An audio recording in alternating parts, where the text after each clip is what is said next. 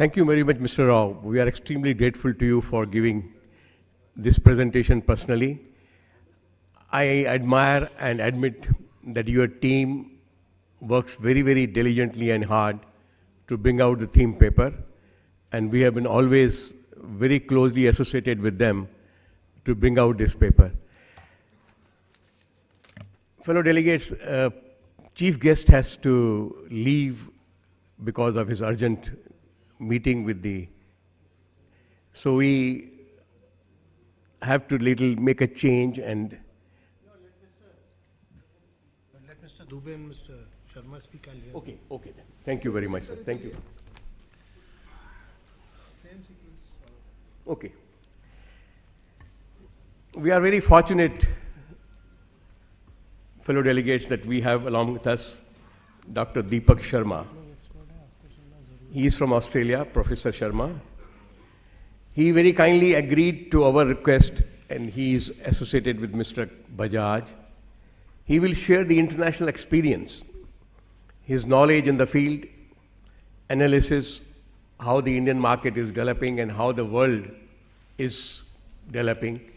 He will give his views as a professor, and we are grateful to him for his presence here. May I now invite Mr. Deepak Sharma to please give his views. Thank you.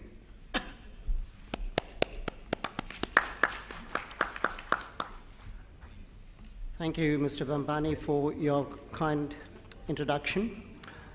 And many thanks to the organizers of this forum for inviting me to speak at this forum. I consider myself privileged and honored to be here amongst you this morning and welcome the opportunity to share some thoughts on an issue which I'm sure you all agree is an issue of extreme contemporary significance of our times. Namely, the changing role of power sector in achieving higher GDP. I also believe that India Energy Forum must be commended on the foresight they have shown in organizing this deliberative forum on this topic. The role of power sector, electricity more particularly, has indeed been changing over the years. Electricity, far from being considered as a useful input in the years long gone by for socioeconomic development of a nation, began to be viewed also in the years not so long ago gone by as essential ingredient for economic prosperity. Now, increasingly, it is being viewed unequivocally as an indispensable requirement for sustaining human enterprise. In fact, much of the modern edifice of modernity is predicated on the assumption of unquestionable and unnegotiable access to desired amounts of reliable and good quality electricity to all. Now, this change in our viewpoint on the role of electricity in our lives from a useful input into essential ingredient into indispensable requirement has prompted, perhaps has been prompted by, or possibly both, concomitant changes in the morphology of the power systems across the world. So much so that the shape of the power systems now is distinctively different, in fact, almost unrecognizable as compared to power systems of the past.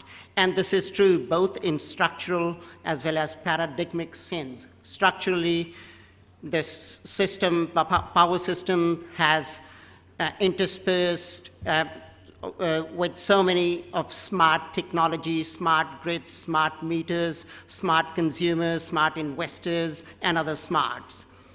In the sense of paradigms, the paradigms that govern the industry now are vastly different to the paradigms that govern the industry over the last 100 or so years. All these changes are being discussed in our times under the rubric of reform in some countries, deregulation in other countries, and restructuring in still others. Now, this type of reform draws its imprimatur from neoliberal ideology that became ascendant in the West in the late 70s and early 80s, and later on spread to other parts of the world. In neoliberal ideology, which I'm sure you're all familiar with, it emphasizes individualism. It argues that every aspect or every facet of our life is negotiable through market forces, by in privatized settings, in globalized economic marketplace, with the role of government being relegated to neutral empires, just ready to use its coercive powers to punish those who are recalcitrants in this game, and just wait for the prosperity to flow in.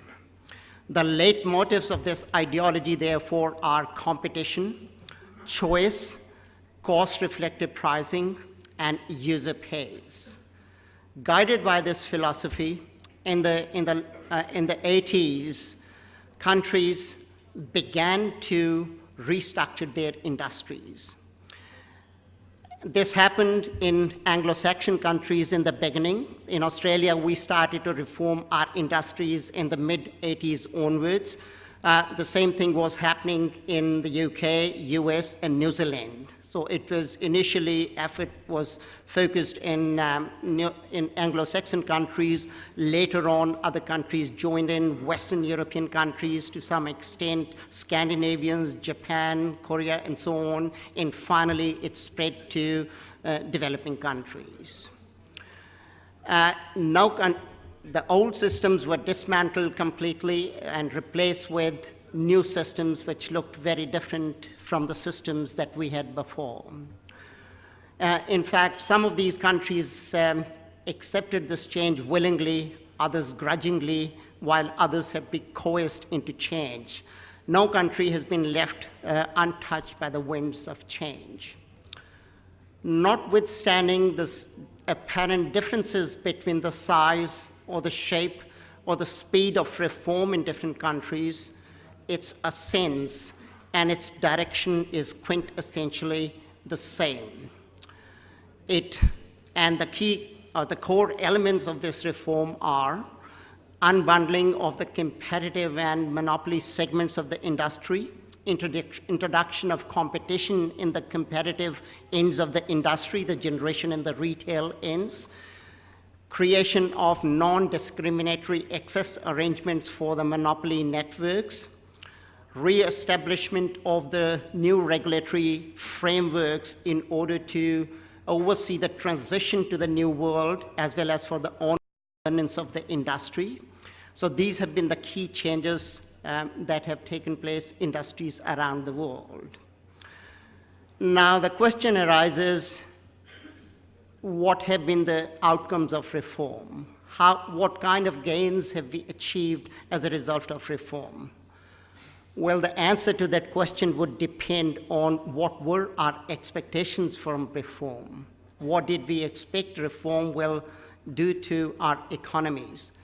Well, the public narrative on reform was built in the developed world on the following propositions. The argument was that reform will improve the productivity of the nation, of the electricity industry.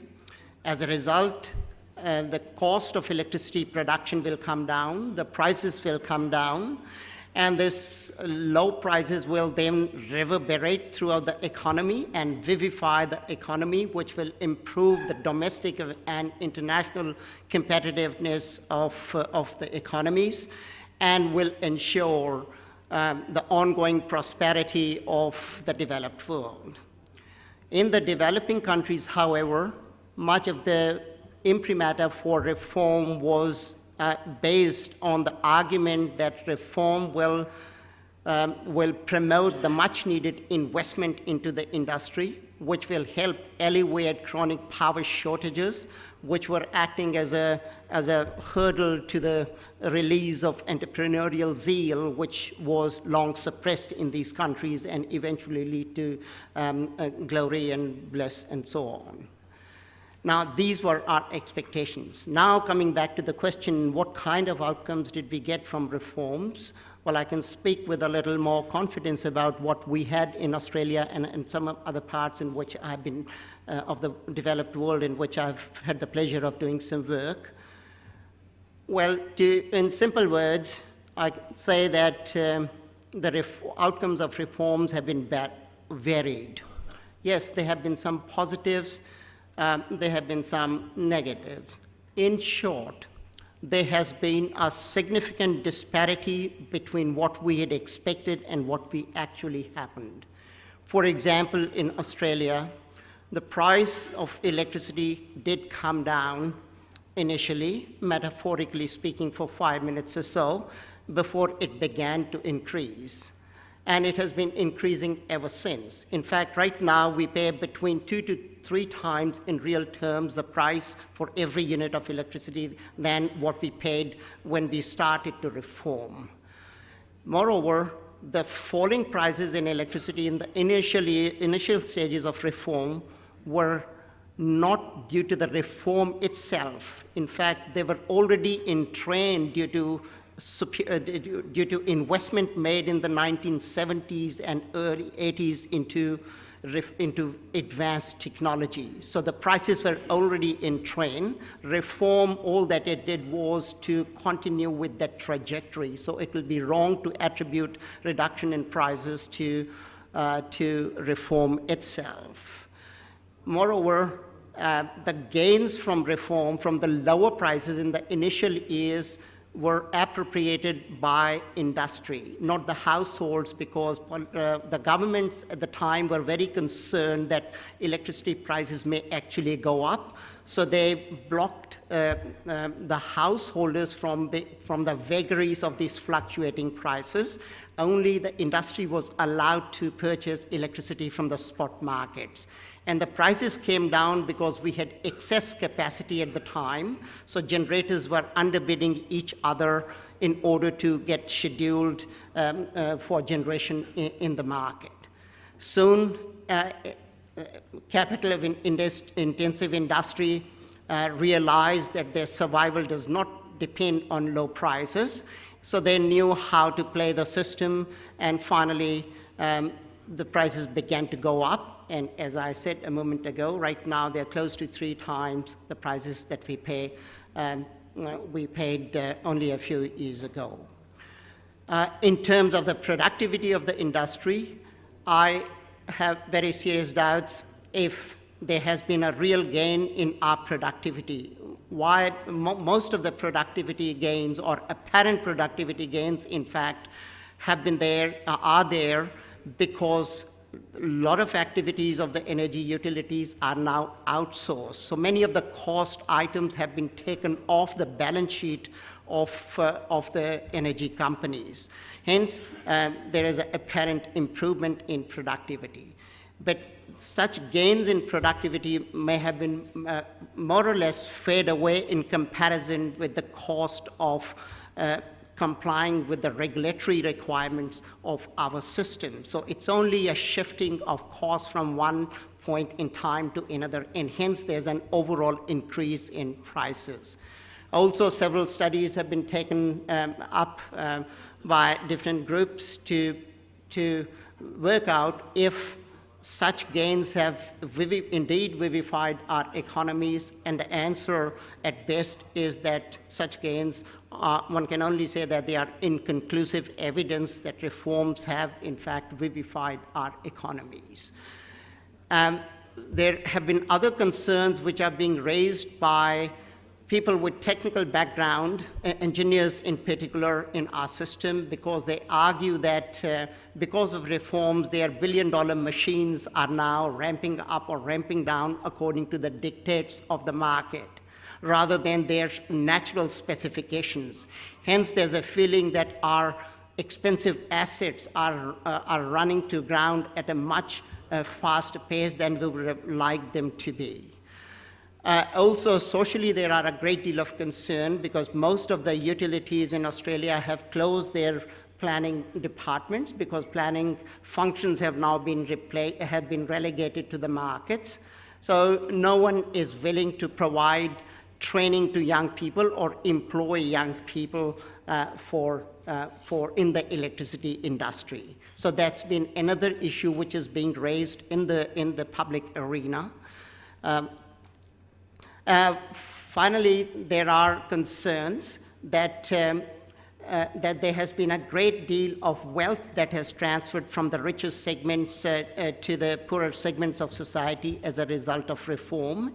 And people have begun to raise issues about the fairness and equity and so on in our system. Now, several reviews have been undertaken to see what went wrong and what can be done about it. Essentially, they have not produced any new radical thinking on the topic. So the industry continues with the same mindset. In the meanwhile, new issues are emerging, which our system has to deal with. They relate to climate change. They relate to our increased emphasis on renewables. They relate to stranded assets in Australia because the demand for grid-based electricity is reducing at a faster rate because of these distributed systems and smart grids and so on. And so significant assets are considered that they might become stranded in the years to come. So who will pay for them?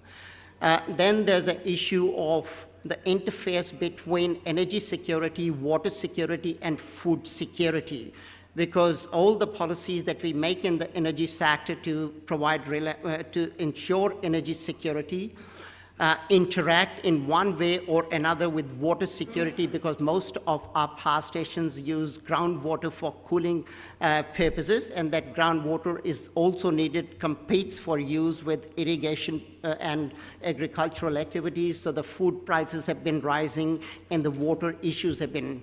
So there's a feeling that you cannot ensure energy security just by overlooking its interaction with water security and food securities. So system will, now efforts are underway to find how we can accommodate these type of changes in our system.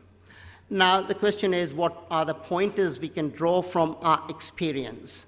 Well, some of the points we can draw from our experience are that reform based on ideology never succeeds. Ideologies are at very best some catalyst for reform. Beyond that, reform has to be structured around the specificities of the sector itself. I beg your pardon. Electricity is a very specific commodity. It is its demand is indirect. It's a derived demand. Demand has to be met in real time. And it is a network industry. So many of the constructs of markets, economic constructs, do not apply to commodities of this nature. Second thing, it's a capital-intensive industry. Investors would, of course, require adequate returns before they lock their money in for long periods of time. So it would be naive to expect that by introducing competition, we will be able to attract investors in the sense that they will provide new capacity and so on. Third thing is that context matters. There is no one-size-fits-all model. The regulatory and governance arrangements of a nation are a very balanced and intricate mosaic of the history and the aspirations and the frustrations of the people of that nation. Whenever we bring about change, that balance changes. So we have to re-establish that balance. It takes a bit of time to re-establish that balance. Finally, the contours of reform are going to be ultimately shaped by the notions of fairness and justice. It is not that people mind paying higher price for electricity, but as long as they are not sure that there is fairness and justice in the system, they are going to oppose this reform. And hence, the role of power sector in our lives will continue to be negotiated by these notions of fairness and justice and so on. Thank you for your